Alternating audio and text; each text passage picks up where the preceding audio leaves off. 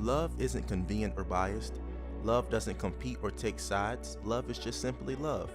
And when two people get it right, the beyond will sometimes show its mercy and allow them to be ushered in together. William Faulkner says you don't love because you love despite, not for the virtues but despite the faults. Here are a few examples of couples who loved one another so devotedly that not even death could keep them apart. For all of my lovers out there, here is a fair warning. What I am about to share with you is very beautiful, but really sad. Janette and Alexander Tutchka.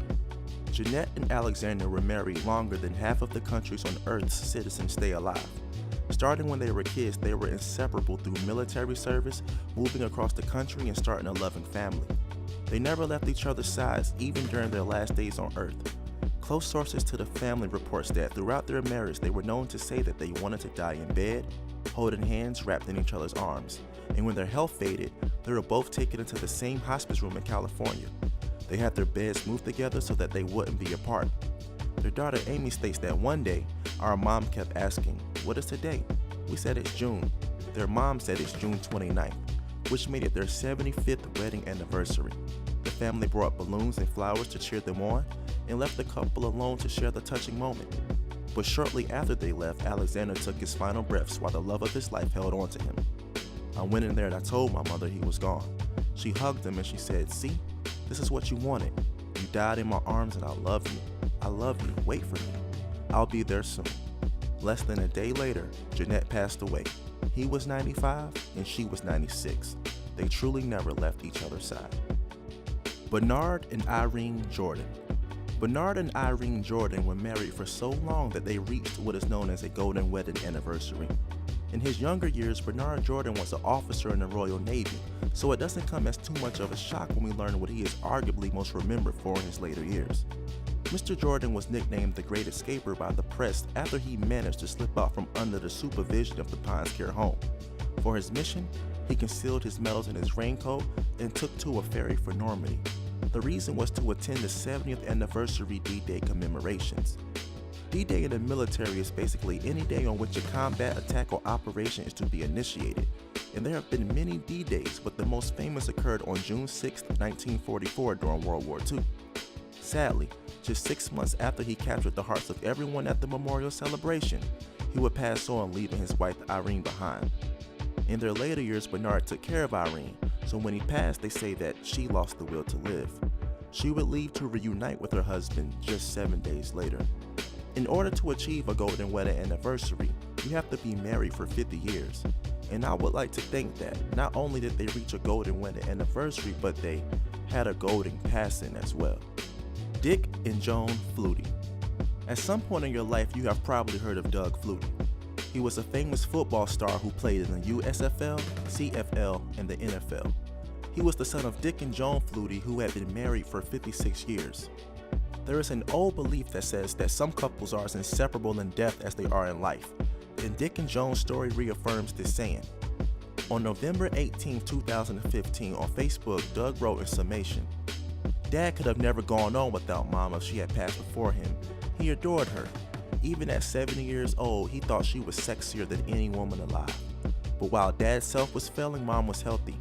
She was still playing tennis 3 times a week, still hitting a golf ball, and still cutting down trees in the yard.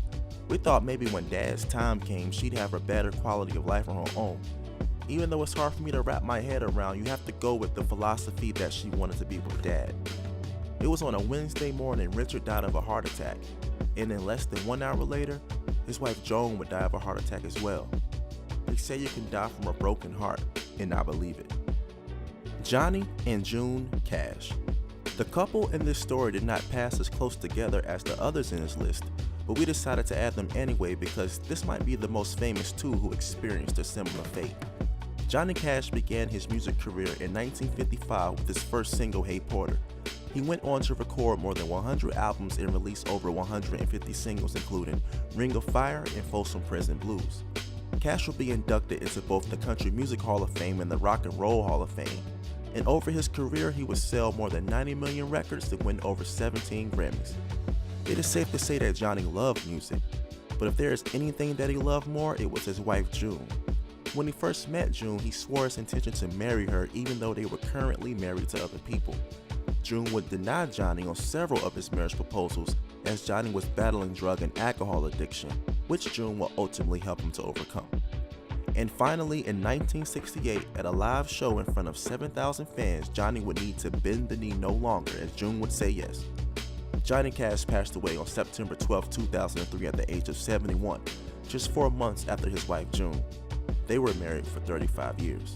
Rick Rubin stated that he had spoken to Johnny shortly after June passed and recalls the severe pain that Cash suffered upon the death of his wife. Rubin stated that he sounded by far the worst that he had ever heard him.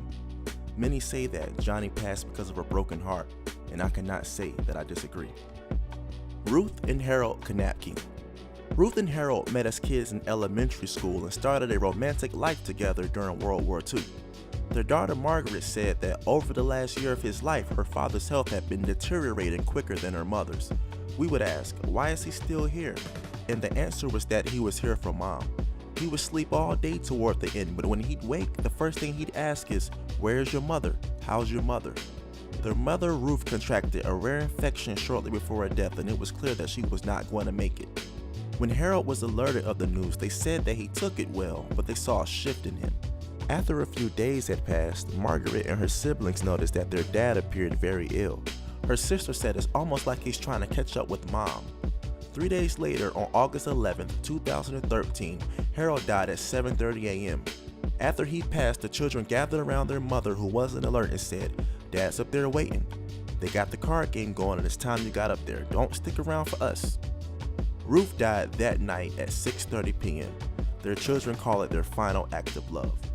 They were married for a total of 65 years and would pass on just 11 hours apart. Mitch Albom states, "Death ends a life, not a relationship," which I find to be a rather fitting quote for this video. What we perceive as death either seemingly had no say in keeping these lovers apart or did its best to keep them together. We all could learn a thing or two from those who have been married for decades, some even longer than our own grandparents have been alive. What you get from this video is purely up to you, but I thank you for watching. And if you liked the video, please like the video, and don't forget to subscribe and comment. Thank you for watching the Millennial Countdown.